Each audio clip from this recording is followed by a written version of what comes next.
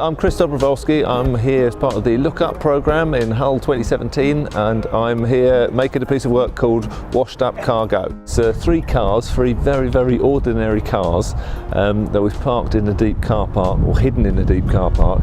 Each one has got the interior taken out and it's replaced by a beach. Hidden in the beach there's also a projector that plays a film in each one.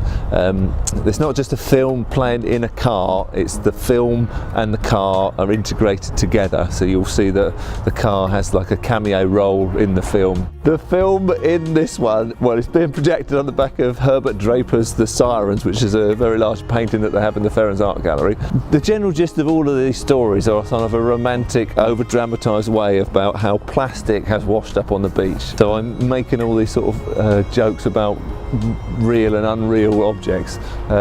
So the mermaids in this film who are luring plastic onto the beach are half real, in that the bottom half is 24 quid's worth of sea bass that I've sewn to 3 Barbie dolls.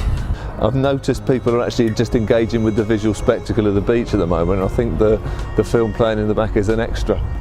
The music that's playing is Carl Orff. It's quite romantic music, so I think it's an emotional reaction is what I'm looking for.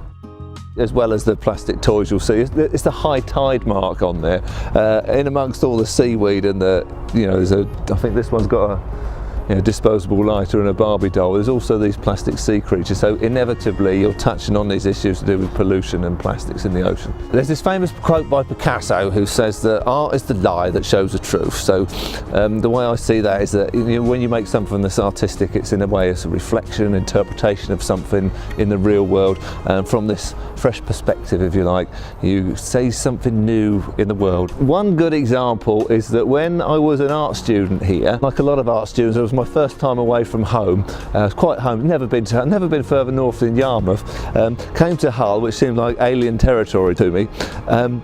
And the first thing I did in my first year was collect the driftwood from the riverbank to build a boat to escape from Art College Inn. So I built this real boat, I got it in the River Humber and found out how very real the River Humber was. Got taken off downstream on a 4-knot spring tide, drifted past here. I remember going past Dead Bod, and I think it was as we were floating past the King George dock, we saw a tugboat came out to investigate. We had a pirate's flag on the top of this boat.